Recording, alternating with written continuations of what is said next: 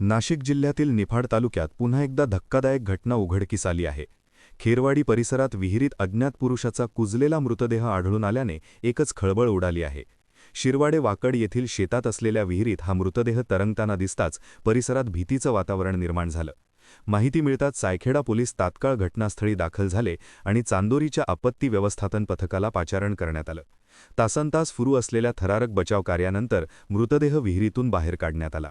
मात्र मृतदेहाची अवस्था इतकी विदारक होती की तो तब्बल 6 ते 7 दिवसांपूर्वीचा असल्याचा प्राथमिक अंदाज व्यक्त केला जातोय. मृत व्यक्ती कोण, त्याचा मृत्यू नेमका कशामुळे झाला, अपघात, आत्महत्या की घातपात, या सर्व प्रश्नांनी सध्या संपूर्ण परिसरात तणावाचं वातावरण निर्माण केलं आहे. सायखेडा पोलिसांनी तपासाची चक्र वेगाने फिरवली असून मृत व्यक्तीची ओळख पटवण्याचं मोठं आव्हान पोलिसांसमोर उभं आहे.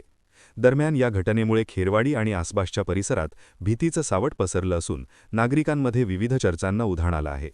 या गूढ मृत्यूचं रहस्य उलगडणार का, की अजून काही धक्कादायक सत्य समोर येणार, याकडे आता सर्वांचं लक्ष लागलं आहे.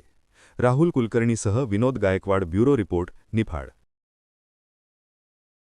आपण पाहत आहात सत्य, वेग, विश्वासाचं नवं केंद्र, इंडिया न्यूज 24 तास.